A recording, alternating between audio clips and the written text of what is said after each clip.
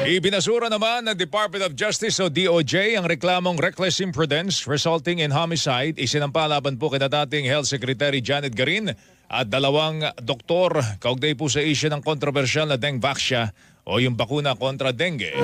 Inihain po ng 78 Dengvaxia victims at ng kanilang mga kaanak ang naturang reklamo laban kina Garin, Dr. Gerardo Bayugo at Dr. Maria Joyce Ducusin. Ayon po sa DOJ, matapos ang maingat na pagsusuri sa mga ebidensya, walang nakitang prima facie case na magdidiin naman sa mga respondent.